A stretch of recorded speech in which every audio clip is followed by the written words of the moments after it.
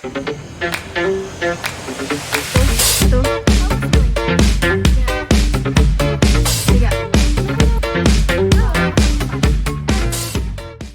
semuanya, perkenalkan aku Intanur Ani Farida Putri dari kelas B Indralaya dengan ujung NIM 004. Halo, aku Khalifah Putri Zahra dari kelas B Indralaya dengan ujung NIM 074. Halo semuanya, perkenalkan nama aku Ika Nabila Putri dari kelas B Indralaya dengan ujung NIM 094. Kalian pernah nggak sih ngelihat ini, atau ini? Nah, itu adalah warehouse. Apa sih itu warehouse? Warehouse adalah tempat penyimpanan sementara dan pengambilan barang guna mendukung kegiatan operasi bagi perusahaan berikutnya atau ke lokasi distribusi atau konsumen akhir.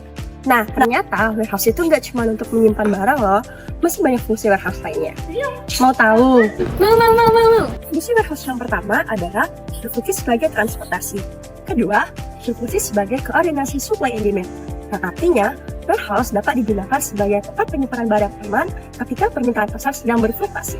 Yang ketiga, berfungsi sebagai kebutuhan produksi yang berperan hingga produksi akhir.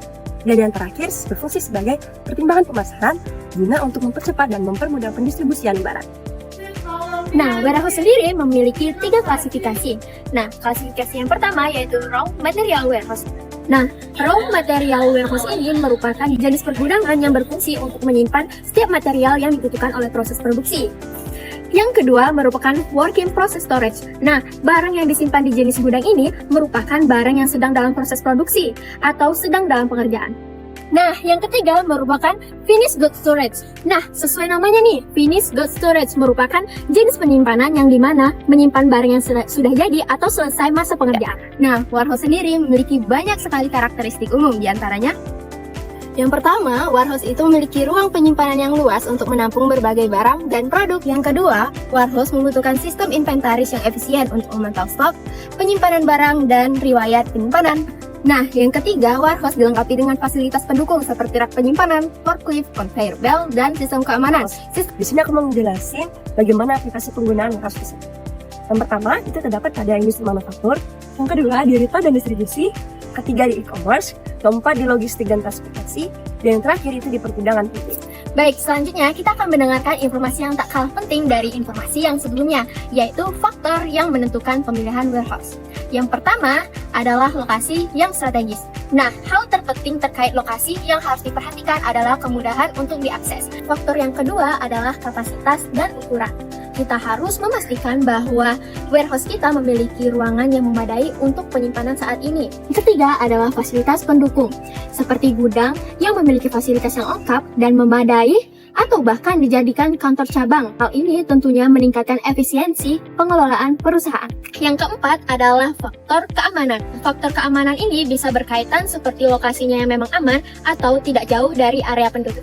Yang kelima adalah kualitas infrastruktur. Nah, kualitas infrastruktur ini berkaitan langsung dengan keamanan dan keselamatan barang. Yang terakhir nih, kesesuaian warehouse dengan barang. Tentunya warehouse yang digunakan untuk menyimpan bahan mentah dengan warehouse yang digunakan untuk menyimpan hasil produksi tentunya berbeda dari cara pengelolaannya dan juga spesifikasinya. Nah, selanjutnya kita akan membahas tentang rule of thumbs. Nah, teman-teman harus tahu dulu nih, rule of thumb itu apa. Nah, rule of thumb merupakan pedoman praktis untuk membantu, mengatur, dan mengelola operasional di gudang itu agar efisien. Rules of thumb yang pertama yaitu adalah gunakan ruang di gudang semaksimal mungkin. Pastikan barang yang sering diambil diletakkan di bagian depan agar mudah diakses. Yang kedua adalah pastikan semua pekerja menggunakan alat pelindung diri yang sesuai dan mengikuti standar keselamatan kerja. Ketiga adalah terapkan ilmu dari Jepang 5S. Yang pertama, seiri, yaitu memisahkan barang yang diperlukan dengan yang tidak diperlukan. Yang kedua, seiton, yaitu merapikan barang ke tempat yang telah ditentukan. Yang ketiga adalah seiso, membersihkan tempat kerja secara teratur. Yang keempat adalah seiketsu, membuat standar untuk menjaga kebersihan dan juga ketertiban. Yang keempat, gunakan sistem FIFO untuk barang yang memiliki tanggal kadaluarsa, di mana harus menggunakan sistem yang pertama masuk dan juga nantinya akan menjadi yang pertama yang keluar. Yang terakhir yaitu Chitsuke, yaitu membiasakan diri untuk menjaga kebersihan dan juga ketertiban. Yang keenam, melakukan inventaris secara berkala untuk memastikan bahwa barang sesuai dengan catatan. Yang ketujuh, untuk menghemat waktu pada saat pengambilan barang, lakukan pembagian atau pengaturan, yaitu pembagian kelompok dan pembagian area, agar memudahkan petugas untuk melakukan pengambilan barang. Dan yang terakhir, disarankan untuk menggunakan sistem pelacakan stok secara otomatis seperti menggunakan conveyor atau forklift.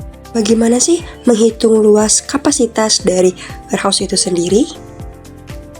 Pertama, hitung luas keseluruhan dari warehouse, lalu dikurangi dengan yang bukan untuk penyimpanan, misalnya kantor, kamar mandi, loading dan unloading area. Ukur tinggi warehouse mulai dari lantai sampai objek di atas kepala. Kemudian, kalikan total luas yang bisa digunakan dengan tinggi bersih dari fasilitas warehouse. Dan hitung ukuran dari inventory fasilitas. Nah, materi terakhir yang akan kami sampaikan yaitu bagaimana cara untuk memaksimalkan kapasitas dari warehouse. Yaitu ada rak palet. Ini memungkinkan staff dan equipment dapat mengakses produk secara langsung. Lalu ada mezanin yang berfungsi untuk melipat gandakan luas permukaan dari warehouse. Yang terakhir ada mobile rack yang beroperasi untuk menyatukan beberapa baris produk secara bersama-sama. Nah, jadi warehouse berfungsi sebagai tempat penyimpanan sementara untuk mendukung operasi distribusi dan juga produksi. Tidak hanya sebagai tempat penyimpanan, tetapi warehouse juga berfungsi sebagai pengelolaan inventory dengan sistem memberitahukan informasi ketersediaan, kondisi, dan juga status pengiriman. Terdapat beberapa jenis warehouse. Yang pertama ada raw material warehouse, yang kedua ada work in process storage, dan yang terakhir ada finished goods storage. Nah, pemilihan lokasi gedung yang strategis, keamanan, dan kualitas dari infrastruktur itu menjadi faktor yang terpenting dalam efisiensi operasional. Nah, selain itu, penerapan praktik seperti dalam sistem FIFO untuk barang kadaluarsa dan pengaturan ruang penyimpanan untuk meningkatkan produktivitas dan mengurangi resiko kerugian. Terima kasih telah menonton sampai akhir. Sekian dari kami. Bye-bye!